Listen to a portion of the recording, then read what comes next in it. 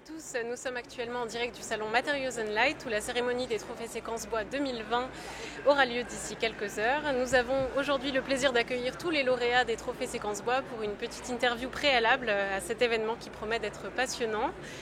Pour le moment, j'ai le plaisir d'accueillir Hélène Hart. Bonjour Hélène. Bonjour. Vous êtes la cofondatrice de l'agence HBAAT basée à Lille.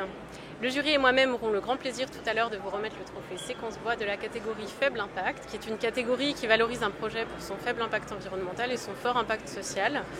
Cette année, le prix récompense donc les logements participatifs que vous avez livrés dans le quartier des Bois Blancs à Lille.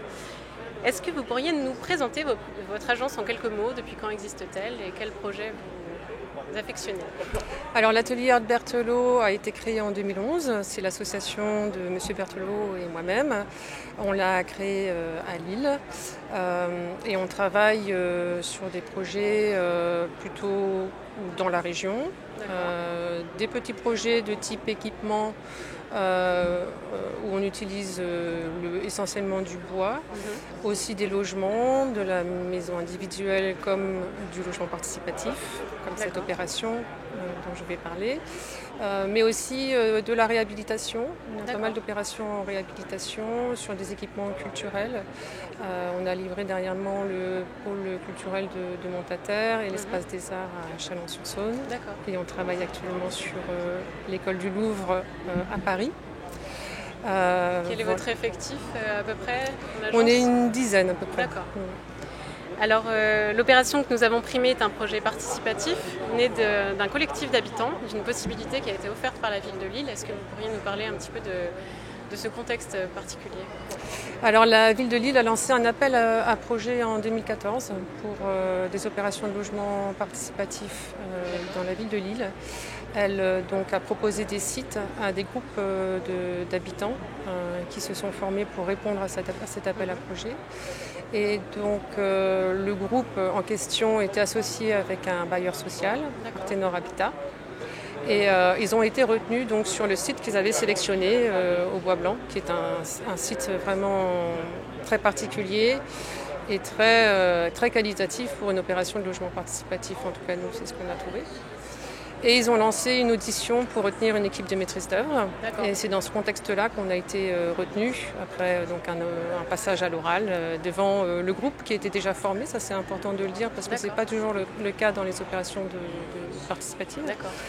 Et donc, ils nous ont sélectionnés et on a commencé à travailler ensemble.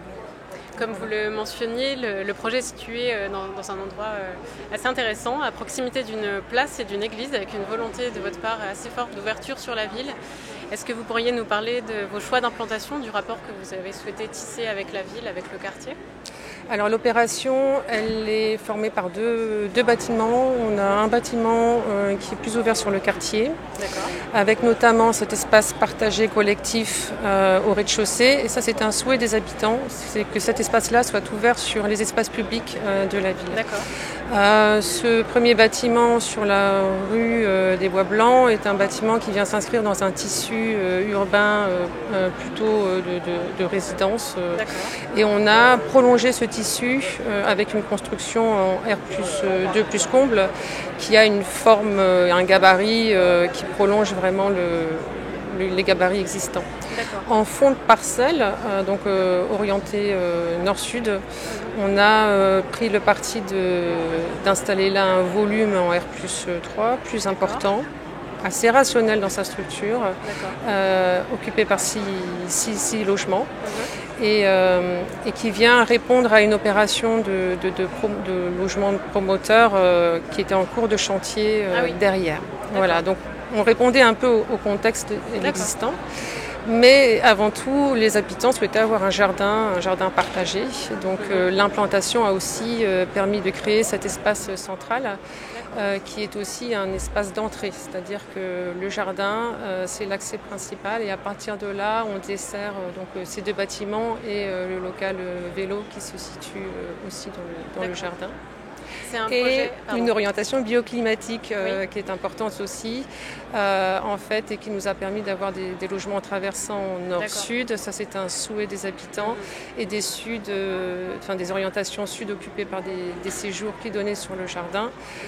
Donc vraiment une configuration idéale pour le logement. C'est un projet qui d'ailleurs consomme 60% d'énergie en moins qu'un projet de construction standard. Quelle particularité architecturale, hormis cet emplacement, cette disposition dans le plan, quel choix constructif et technique peut-être avez-vous mis en place pour cela? Alors les habitants souhaitaient une construction bois. D'accord. Ils étaient engagés naturellement dans cette démarche éco-constructive. Donc on a proposé des matériaux aussi biosourcés. D'accord. Donc on est sur un principe un peu mixte béton-bois, puisque en fait on a construit les fondations et le premier îlot en béton jusqu'au niveau R+1. Et ensuite c'est une ossature bois qui vient se poser dessus, avec une isolation en laine de bois par l'extérieur. D'accord. Un bardage bois. Qu'est-ce qu'on a? On a une chaudière à pellet collective, donc qui s'est inscrite en cave au niveau de l'accès sur la rue principale, donc dans le petit bâtiment. C'est toute une démarche qui a été menée entre nous, mais avec vraiment l'envie de l'ensemble des habitants de développer un projet basse consommation. D'accord. C'est également un projet qui part du principe de mutualiser certaines surfaces et certains équipements. Est-ce que vous pouvez nous en parler un petit peu? Alors il y a l'espace partagé qu'ils appelaient la vitrine, donc ça veut tout dire, un espace ouvert sur la ville pour accueillir notamment les associations de quartier, faire de l'aide aux devoirs. Donc il y avait un vrai souhait de partager des choses avec les habitants du quartier, d'où cette implantation au niveau de la place, près de l'entrée de l'église, pour créer en fait une vraie porosité entre les espaces publics de la place et ce lieu. Et après, dans ce même bâtiment, vous avez un atelier de bricolage, vous avez aussi un garage.